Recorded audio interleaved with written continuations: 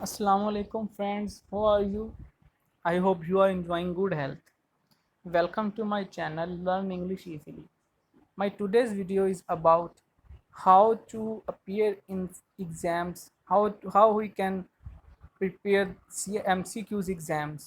ठीक है, हम किस तरह से MCQs का जो एग्ज़ाम है इंग्लिश का उसको हम तैयारी कर सकते हैं।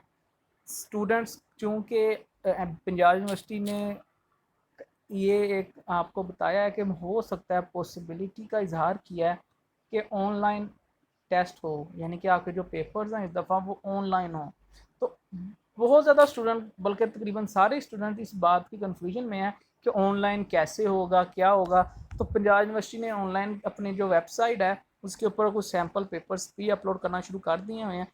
तो बाकी मैं भी आपको यहाँ पे बता देता हूँ कि किस तरह से तैयारी करेंगे तो आपकी इंशाल्लाह ताला बहुत अच्छे नंबरों से आप इंग्लिश के अंदर पास हो जाओगे। ठीक है, तो ये मैंने सिलेबस पेपर ए और पेपर बी का लिखा है। ठीक है, पेपर ए में देखें आपकी शॉर्ट स्टोरीज होती है, ये मैं बी ए थर्ड ईयर की बात कर रहा हूँ। शॉर्ट स्टोरीज होती हैं, पोइम्स होती हैं और वन एक्ट प्ले होते हैं। और यहाँ पे आपकी प्रेसी सॉरी होती है, टेंसेज नहीं होते, प्रेसी होती है और दूसरी ट्रांसलेशन होती है। ठीक है, तो ये कैसे करनी है, इसमें पेपर क्या आएगा।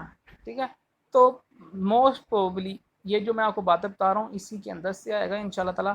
तो स्टार्ट करते हैं अपनी वीडियो को। वीडियो स्टार्ट करने से पहले मैं रिक्वेस्ट करना चाहता हूँ कि जो नए सब्सक्राइबर हैं वो मेरी इस चैनल को सब्सक्राइब करके तो वीडियो को लाइक को शेयर ज़रूर करिएगा।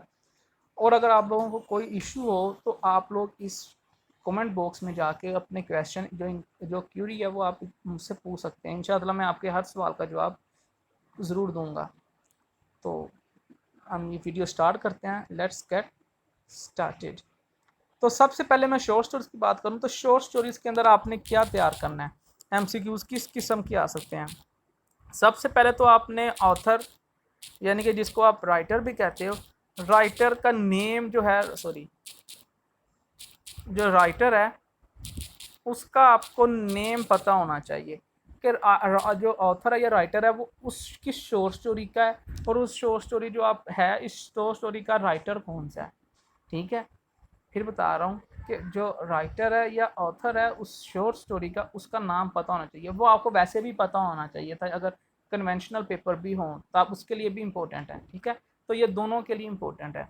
उसके बाद जो दूसरी बात आपको पता होनी चाहिए वो आपको पता होना चाहिए उसकी एज का, एज यानी कि टाइम ऑफ द राइटर, कि राइटर किस एज से या किस टाइम से बिलोंग करता है। आपके जो थर्ड ईयर के अंदर ज़्यादा राइटर्स हैं वो विक्टोरियन एज से बिलोंग करते हैं या फिर मॉडर्न एज से बिलोंग करते हैं। ठीक है, और उसकी आपको तीसरी चीज़ आपको उसकी जो बायोग्राफी है, ठीक है, राइटर की, वो पता होनी चाहिए। बायोग्राफी के अंदर क्या क्या पता होना चाहिए। बायोग्राफी के अंदर आपको पहली चीज़ पता होनी चाहिए कि अगर उसने कोई अवार्ड्स कोई जीते हैं या नहीं जीते। अगर जीते हैं तो ठीक है, वो कौन कौन से मिले हैं तो वो आपने पता होना चाहिए। अगर नहीं मिले तो फिर वो ज़ाहिर बात है वो आपको पढ़ने की ज़रूरत नहीं है। और उसकी वो फेमस क्यों है, why, sorry, why he is famous, वो फेमस क्यों है, ये चीज़ें आपने बता याद होनी चाहिए।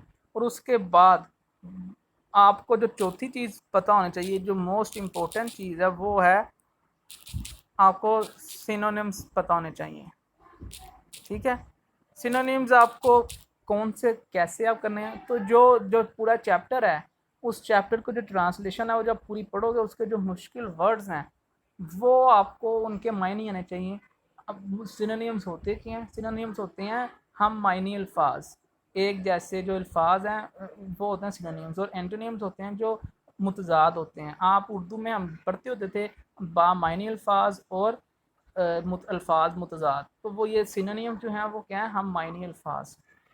तो हम मायनी अल्फाज वो आपने ये आने कैसे हैं, वो ट्रांसलेशन कोई सी भी एक सेंटेंस दे देगा, वहाँ से जो मुश्किल वर्ड है उसको नीचे हाईलाइट कर देगा, नीचे चार ऑप्शन दे देगा और कहेगा कि इसके अंदर से जो मुश्किल वर्ड्स हैं इनमें से जो एक राइट इसकी ऑप्शन है वो सिलेक्ट करें इसके लिए। तो वो आपको अगर मतलब पता होगा, निचलों के मतलब पता होगा, तो आपने सिलेक्ट कर लेनी है।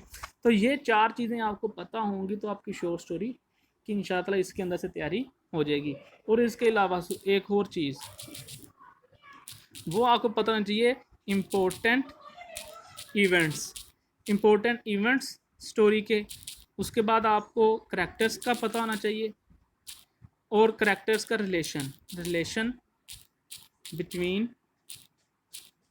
करैक्टर्स के दरमियान जो रिलेशन है, इन ये सारी चीज़ें आपको पता होनी चाहिए। ठीक है, ये अगर आपको पता होंगे तो इंशाल्लाह आपका क्वेश्चन एमसीक्यूज का पेपर अटैम्प्ट हो जाएगा शॉर्ट स्टोरी में से। उसके बाद पोइम की बात करते हैं। तो पोइम के अंदर सबसे पहले आपको पोइट का नेम पता होना चाहिए।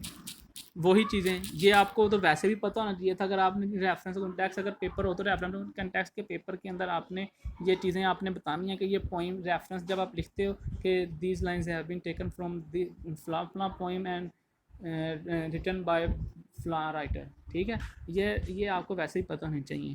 तो दूसरी चीज़ आपको पता होनी चाहिए वो ही सिनोनिम्स। ठीक है, सिनोनिम्स आपको पता होने चाहिए, मुश्किल वर्ड्स के मायने आपको पता नहीं है, वो लाइन दे देगा। तीसरी चीज़ आपको जो पता होनी चाहिए वो पता होनी चाहिए आपको लाइंस, कौन सी पोइम में से हैं।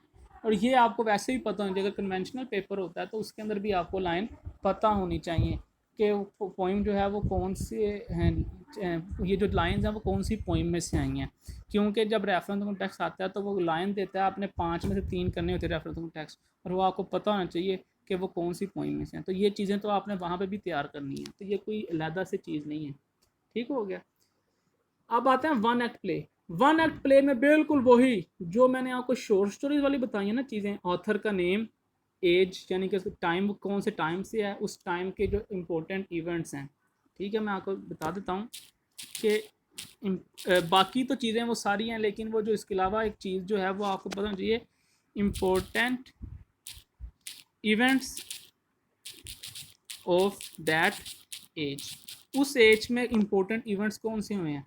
मैं मिसाल देता हूँ, मिसाल के तौर पे एक आपकी जो एक प्ले है, ठीक है, उसके अंदर फार्स का इस्तेमाल होता है द बियर के अंदर। ठीक है, तो आप उसके अंदर आप बिल्कुल अप्रिशिएट करते हो कि वो एज ही ऐसी थी जहाँ लोगों के पास करने का काम कोई नहीं था, तो फिर वो इस तरह के करते रहते। तो ये इवेंट्स जो हैं उस दौर के मतलब उस टाइम के मतलब आपको पता होना चाहिए। ये कोई ऐसी बात नहीं है कि मैं कहाँ से पता करना है, कोई मसला नहीं है। आप गूगल करोगे 1 मिनट में सारी इन्फॉर्मेशन आपको मिल जाएगी।